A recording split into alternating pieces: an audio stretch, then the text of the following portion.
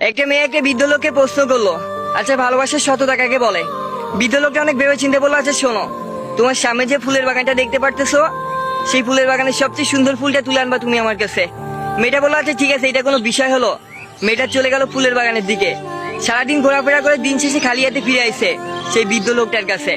বৃদ্ধ লোকটা বলতেছে, কি হলো, তুমি খালি হাতে কেন ফিরে আইছো?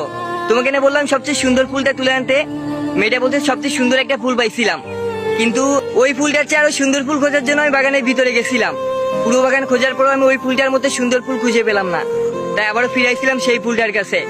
এসে দেখি সেই ফুলটা আরেকজন ছিঁড়ে নিয়ে চলে গেছে। তাই বাগানে আর কোনো সুন্দর ফুল না পেয়ে অবশেষে আপনার কাছে খালি হাতেই ফিরে আসতে হলো আমাকে। তখন বৃদ্ধ লোকটা মেয়েটাকে বললো, এটাই হলো ভালোবাসার সত্যতা। আসলে আমাদের চোখের সামনে যতই সুন্দর ভালোবাসা মানুষ বসে থাকুক না কেন, আমরা তাকে গুরুত্ব দিই না। হারাই যাওয়ার পরে বুঝি, তখন আর সময় থাকে না।